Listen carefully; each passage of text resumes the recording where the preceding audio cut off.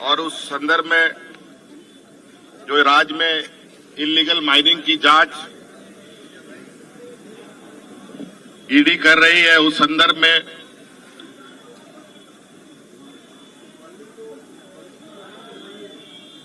मुझे बुलाया गया है और इस संदर्भ में भी मैंने एक पत्र ईडी को भेजा है जो आपको भी उपलब्ध करा दिया जाएगा कि किस तरीके से 1000 करोड़ का घोटाला के बारे में जो जिक्र आया है साहिबगंज जिले से, बड़ा दुर्भाग्यपूर्ण है कि सालाना भी अगर हम देखें पूरे राज्य में स्टोन चिप से 1000 रुपए की आमदनी भी नहीं होती। इसका आधार कैसे बना, कैसे नहीं बना, ये समझ से परे है। और 1000 करोड़ रुपए का घोटाला करने के लिए कितने करोड़ों का खनन होगा, उनका ट्रांसपोर्टेशन कैसे होगा, और जो विगत 2 साल को अगर हम देखें, जब से एजेंसी जांच कर रही है, जो आरोप लगे हैं वो कहीं से संभव प्रतीत नहीं होता। मुझे लगता है कहीं ना कहीं एजेंसियों को पूरी विस्तृत जांच पड़ताल करने के उपरांत ही किसी ठोस निर्णय पे या एक ठोस आरोप लगाना चाहिए। आज मैं राज्य का मुख्यमंत्री हूं, एक संवैधानिक पद पर हूं, और जिस तरीके से समन की कार्रवाई चल रही है, लगता है कि हम लोग देश छोड़ के भागने वाले लोग। और मेरे राजनीतिक इतिहास में मुझे नहीं लगता है व्यापारियों को छोड़कर कोई राजनीतिक दल देश छोड़ के भागा हो या राजनीतिक दल के नेता देश छोड़ के भागे हो। और आज कहीं ना कहीं ऐसे कार्रवाई से राज्य में एक संशय की स्थिति उत्पन्न होती है। कार्यपालिका को निरंकुश करने का एक माध्यम बन सकता है, सरकार को अस्थिर करने का भी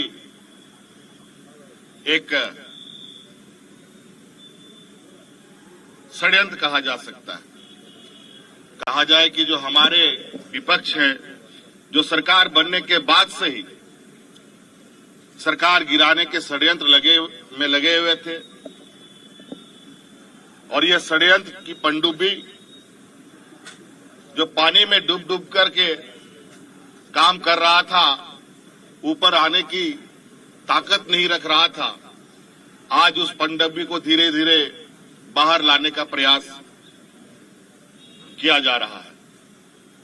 आपने देखा चुनाव आयोग महीनों पहले राज्यपाल महोदय को अपना मंतव्य दे चुका है, लेकिन राज्यपाल महोदय अभी तक उस लिफाफा को उन्होंने नहीं खोला।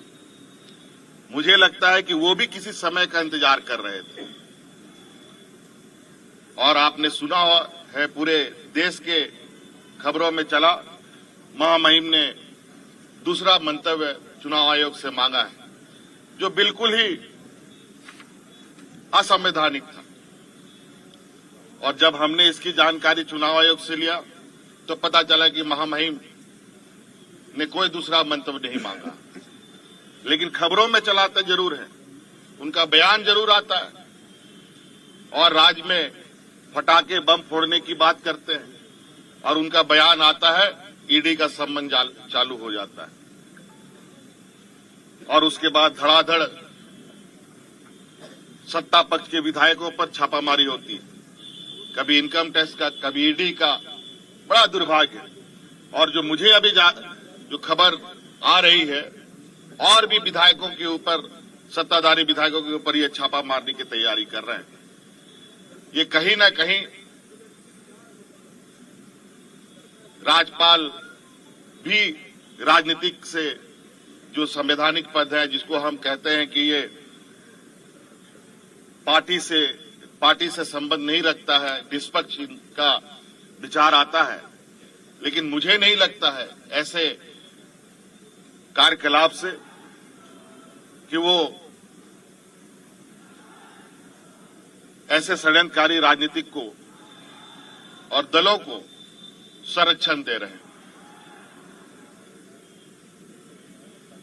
तो इसलिए मैं अपनी बातें, जो मोटा मोटी जो आरोप एजेंसियों के तरफ से है, उसकी प्रति आपको उपलब्ध कराया जा रहा है कि किस तरीके से जो आरोप है वो आरोप निराधार होता है।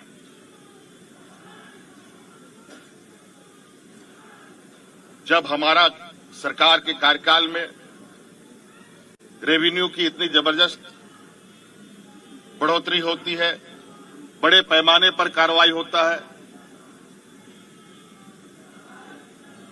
और जब इनकी हमारे विपक्षियों की पूर्व की सरकार थी, उस समय के आरोपों को देखें,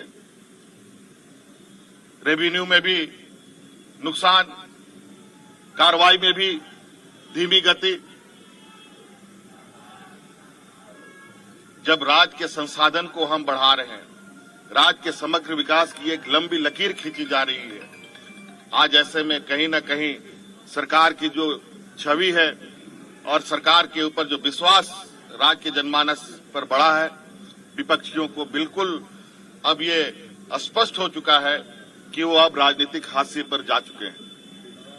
तो आज मुझे लगता है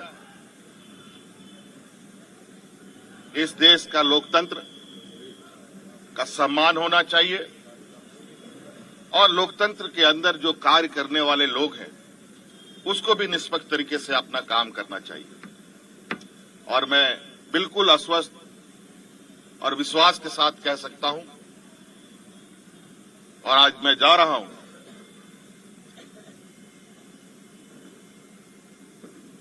और इस बात पर जोर निश्चित रूप से दूंगा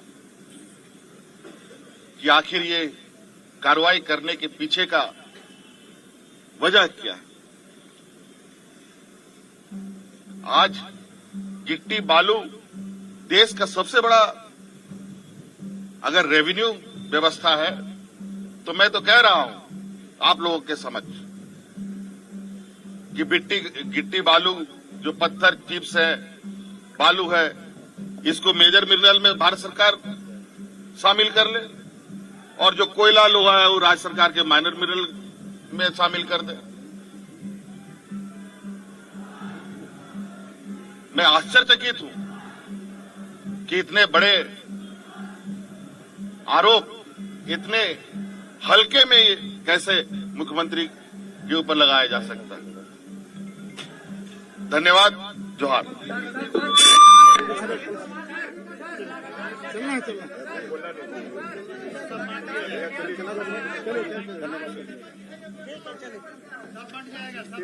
पेपर आपको मिल जाएगा, और हमने ईडी दफ्तर भी उस पत्र को भेजा है, और साथ में भी लेके जा रहा हूं, हाथ भी दे दे।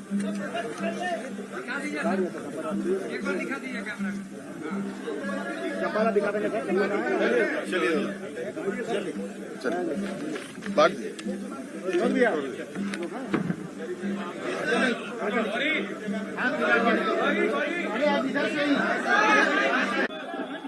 जैसे कि आप सबको मालूम है कि आज